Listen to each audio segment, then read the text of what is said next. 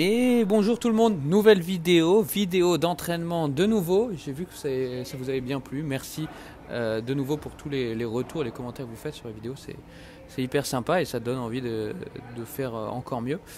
Du coup, entraînement à Madrid, c'est une archive de... On était vers le milieu, fin d'année. On était, je crois, vers juillet, août, un truc comme ça. Travaille avec le patron de l'académie CEPAC à Madrid, Gaston Malacalça, qui a été top 10 mondial. J'ai plus le classement exact. Vous allez voir, on va travailler le smash et le kick grille sur cet entraînement. On va commencer d'abord sur un panier de smash pour vous resituer un peu comment ça se passe là les entraînements. En gros, le matin, on a des entraînements collectifs. Je fais le physique aussi avant ou après. Et l'après-midi, on peut demander un peu de panier. Du coup, voilà, on est un peu rôti souvent physiquement. Du coup, c'est avec une intensité plutôt calme pour travailler des points assez techniques. C'est rare qu'on fasse du smash ou ce genre de choses qui demandent un peu d'explosivité. Mais là, voilà, je pense qu'au début, il voulait juste me faire travailler deux, trois trucs. Là, on voit qu'il lobe assez court, assez haut, assez court pour que je puisse vraiment piquer la balle et frapper à plat. Alors, il voit que c'est assez bien ce que je fais. Du coup, on va passer directement au par 3.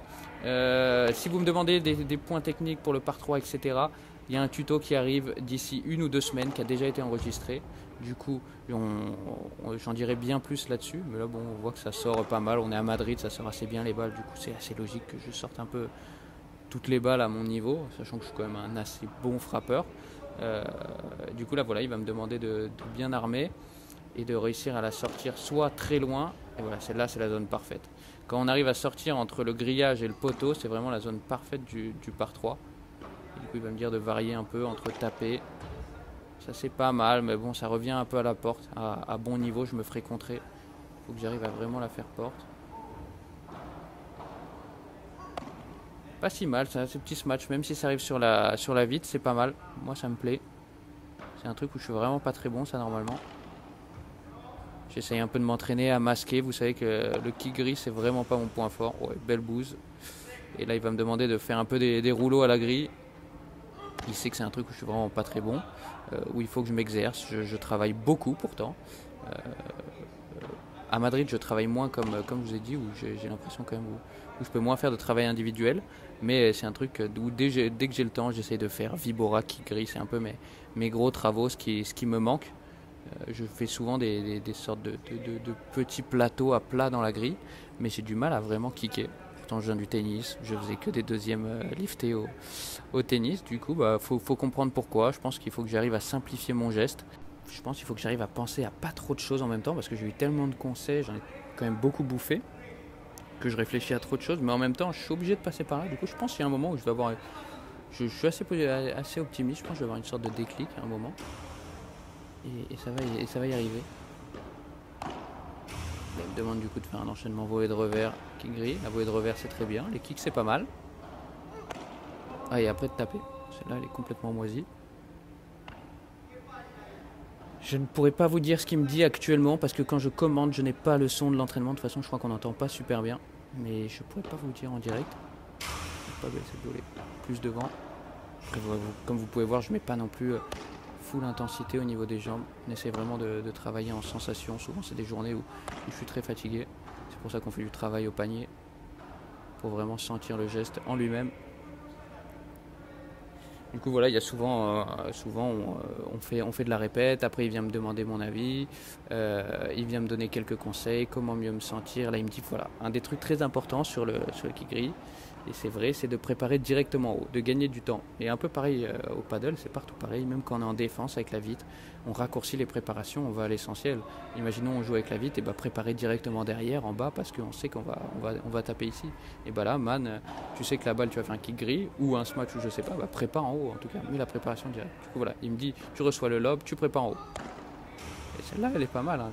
Généralement, quand on me donne des conseils, c'est assez horrible. Ça marche très bien dès le début, et après, petit à petit, ça se dégrade un peu. Très bien, je prépare en haut et je l'enroule bien. Le bruit est pas mal. J'ai beau ne pas avoir le bruit, j'ai regardé les rushs avant. Je sais que là, à ce moment-là, on sent vraiment que je frotte la balle. C'est pas mal du tout.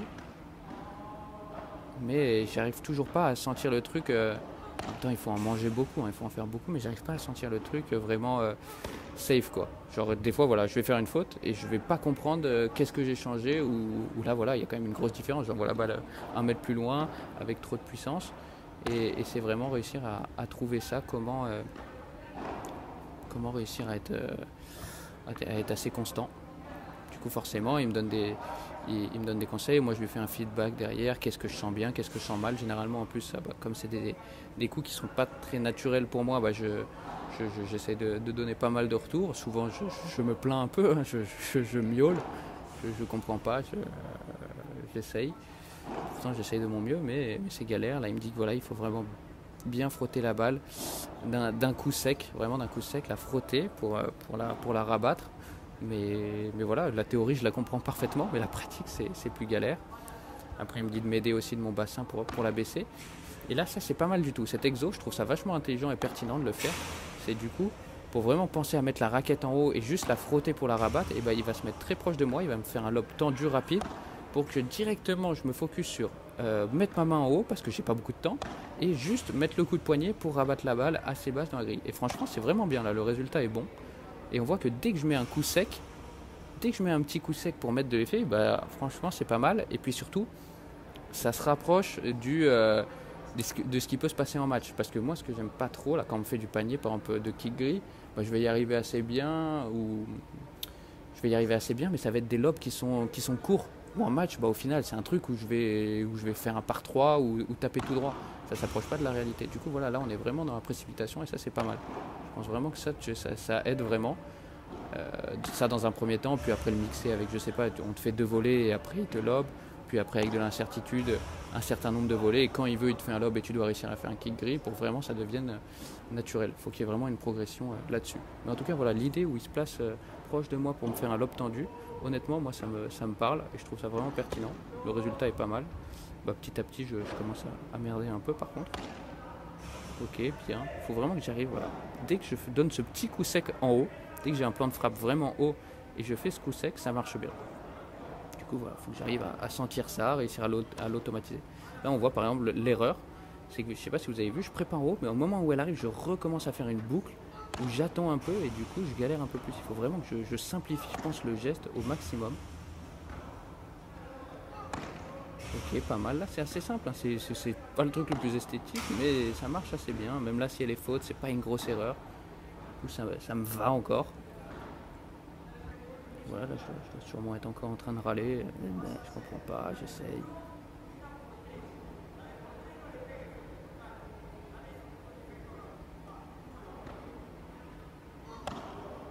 Ok. Je pense que je suis pas assez incliné non plus vers la grille. Vous voyez, je suis un peu trop de face. Là, c'est bien. On a vraiment vu la différence. J'ai les épaules plus tournées. Bon, elle est magnifique celle-là. Il me dit de vraiment pouvoir varier entre grille et par 3, ce qui est quand même très dur. Surtout avec une préparation aussi courte. Bon, elle est monstrueuse. Je fais bof des mains, mais elle est monstrueuse. C'est très très dur à faire ça quand même. Avec une préparation aussi courte, pas beaucoup de temps pour armer. Pas mal. Là, on voit que je prépare quand même un peu plus haut. C'est bien, ça a marché au moins ce qu'il m'a dit. Ok. Et on voit que techniquement, après, j'essaie d'en remettre. Je mets du bassin, je mets le corps. Il y a tous les conseils qui reviennent un peu en même temps. Mais c'est normal, hein. Je suis inondé d'informations. Il faut que ça rentre. Il faut que j'en bouffe. Il faut que j'en bouffe un max. Que ce soit à l'entraînement ou en match d'entraînement pour vraiment m'y acclimater. Mais voilà, ça ressemblait un peu à ça, un entraînement l'après-midi où je fais de la technique. J'espère que ça vous a plu. C'était une petite vidéo comme ça. Il y aura des vidéos d'entraînement un peu plus longues, un peu plus précises. Mais j'espère que vous avez kiffé. N'oubliez pas de mettre un petit like et la bise.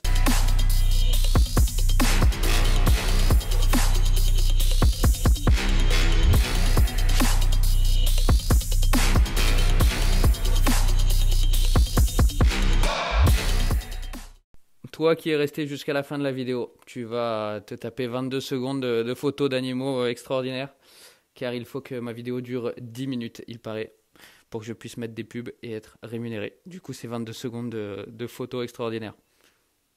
Estime-toi très chanceux, c'est vraiment des photos assez exceptionnelles, des clichés rares, et c'est enfin fini.